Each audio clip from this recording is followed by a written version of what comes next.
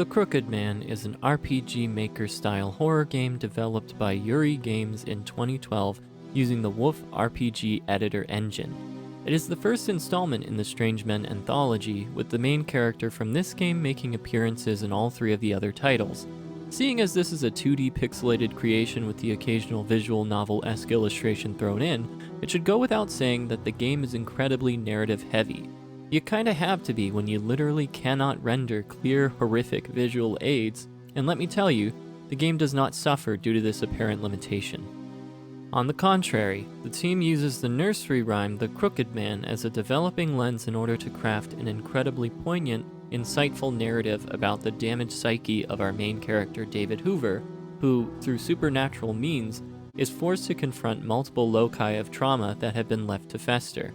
To avoid spoiling any surprises, I'll refrain from specifying further.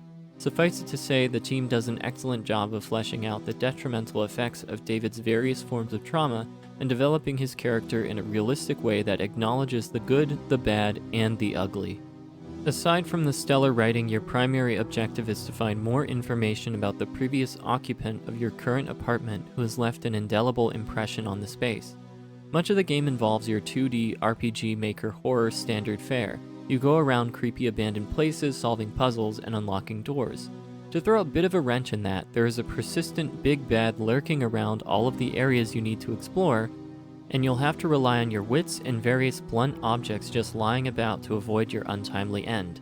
You also encounter unique characters in each key area that you'll have to help out in order to find out more about this elusive person, as well as a deeper understanding of your own psychological state. My only real complaints would be concerning the few quick-time events and the combat sequences. The former is purely personal. As a slow-thinking old with substandard dexterity, I just find quick-time events to cause more frustration than intended, which shocks me out of whatever horror experience a dev is trying to cultivate. I might be alone in that, but that's my experience, and I'm not sure how to fix the latter. The combat was clunky and silly. While that certainly distracted from the horror, I honestly found those moments equally infuriating and charming. So take it or leave it? All that being said, The Crooked Man is an excellent experience that really showcases this team's writing ability. If you haven't checked this series out and you're craving a narrative that will suck you in, look no further.